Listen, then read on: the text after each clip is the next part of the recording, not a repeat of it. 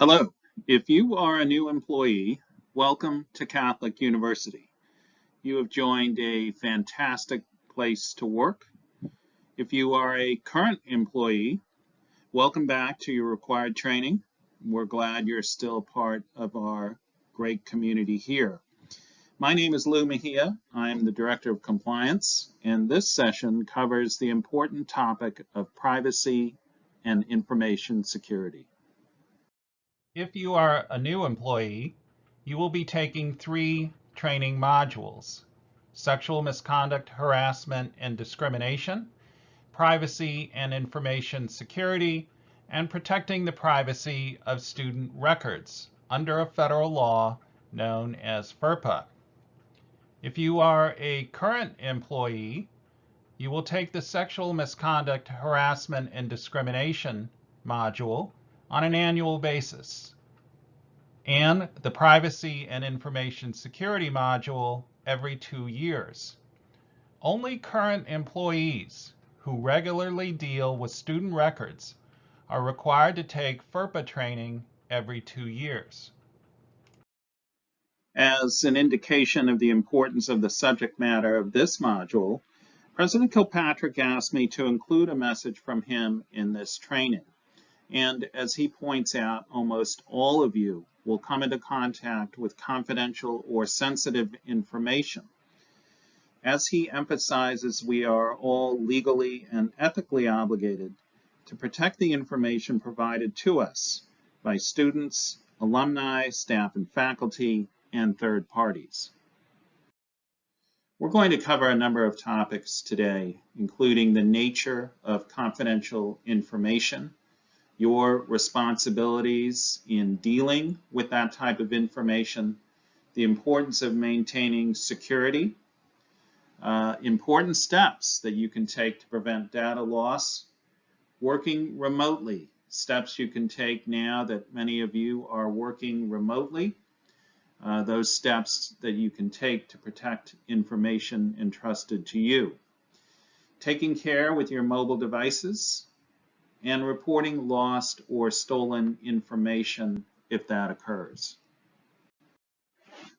I think the best way to think about privacy and your privacy responsibilities is to think about your own personal information and how you would like others to treat it.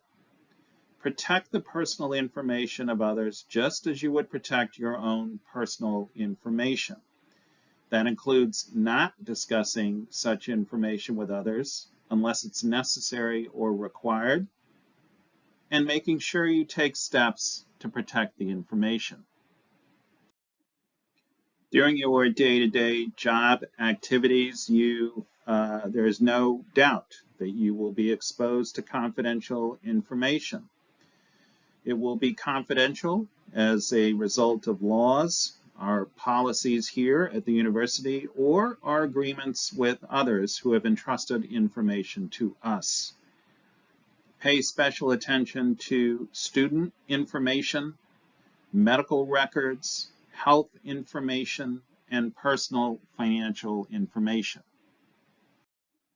In the course of its operations, the university collects medical or health information of students, faculty, and staff. Those kind of records may be held by HR, Disability Support Services, the Student Health Services, or the Counseling Center, and they may be included in personnel files that are kept at the department, school, or office level. And this type of information may refer to medical histories, test results, reports from doctors, counselors, or other healthcare providers, insurance records, and documents that relate to a disability.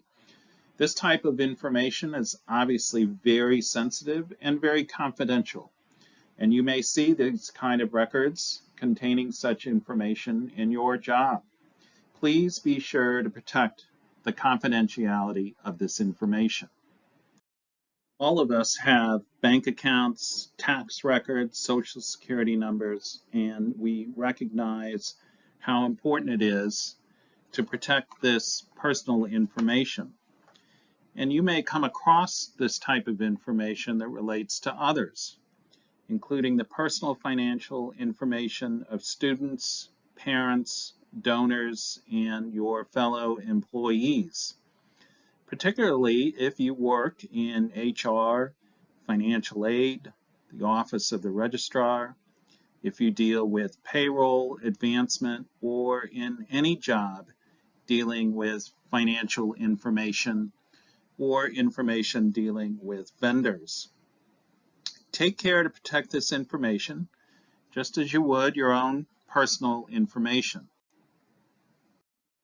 You may hear the term personally identifiable information in your daily tasks, and one easy way to think about that term is to just view the photos at the top of this slide. It's information that can be used either alone or with other sources of information to identify, locate, or contact a specific individual.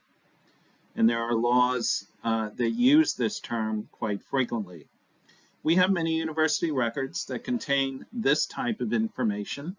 It's important to protect it because criminals can use it to steal a person's identity, enabling them to drain their bank account or take their tax refund. As part of your job, you may be asked to share information relating to an employee or student. That request could come from a coworker. It could also come from someone outside the university. And before you share any information with even a coworker or someone outside the university, it's important to determine whether that information is confidential. Does it relate to a specific individual here at the university? What kind of information is it?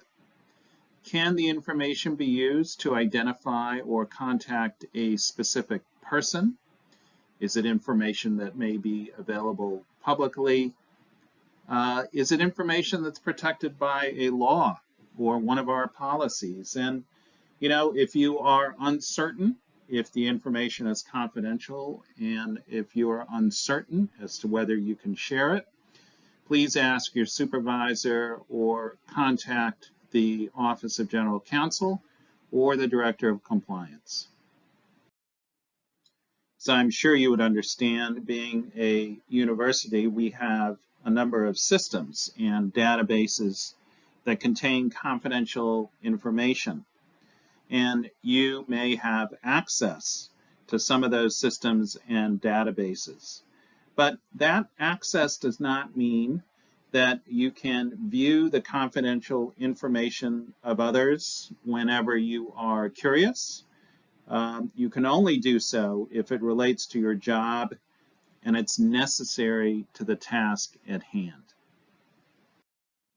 Let's take a few minutes to talk about the steps that are necessary to protect confidential information. And these are all easy steps to take, whether in your office or working remotely at home. Securing your devices and access with strong passwords, keeping your computer up to date, being careful with email, being careful when working remotely. All of these steps are steps that are affirmative steps that you can take to protect confidential information. We have a few policies that you should be familiar with. Our information security and assurance policy covers much of the things we are talking about today. And you can use it as a reference whenever you have questions about this subject matter. It is on our website. And we have other policies on our website that address specific types of information and how to use it. So, for example, the student records policy, which covers different types of student information, the technology use policy, and the electronic communications policy. All of these are relevant to your job duties and being successful in protecting information and data of the university. Maintaining physical security of your computer or laptop at your workstation is very important.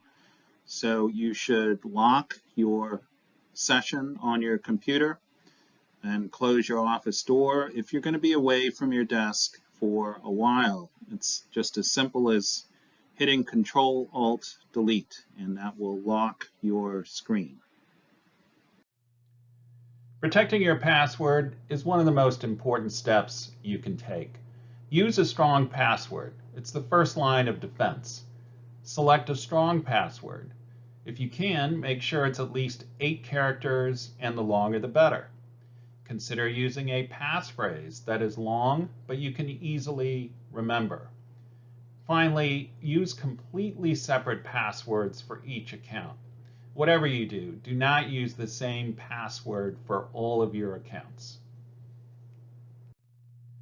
Even if someone steals your password, they will not be able to access your system or accounts if you have taken other steps, including adding multi-factor authentication, Google two-step verification, or use Duo multi-factor authentication with university systems. Don't save your documents and files to your local computer. Please save everything to a university Google Drive. It's far more secure, and you will not lose anything if your computer or laptop fails. It's really important to keep your computer up to date. When you get a restart notice on your computer, such as what you see on the screen here, it's for the purpose of updating your system. So save your work, hit restart as soon as you get the message. It only takes a few minutes. There may be circumstances where you are asked to share confidential information to a third party. Perhaps another school, you get the request by email to you. Make sure the individual asking for the information is who they say they are and authorized to receive the information. Consider protecting the information you provide with a password, and provide the password over the phone. Phishing is the practice of sending fake messages that appear to come from a legitimate source. This fraud technique is used to get sensitive information from you, including credit card numbers, bank account information, and your login credentials.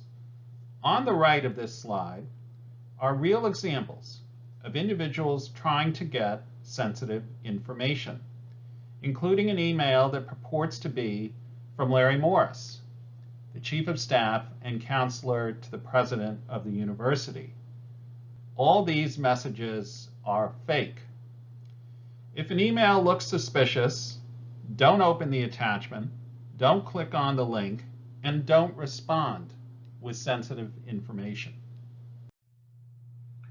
Be very careful if you are working off campus, whether that's at a coffee shop, an airport, or other public location. For example, if you are at a public location, avoid any site you would normally use in the office, where that site requires you to provide your username, password, or any personal information.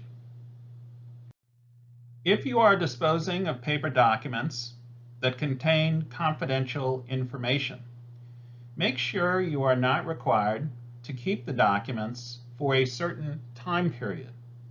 Check our record retention policy and ask the Office of General Counsel for guidance. Don't throw confidential records in a trash bin. These need to be shredded. If you need guidance or assistance on any of the topics we have covered today, you can contact Technology Services, the Office of General Counsel, or the Director of Compliance. Thank you for participating in this important training session.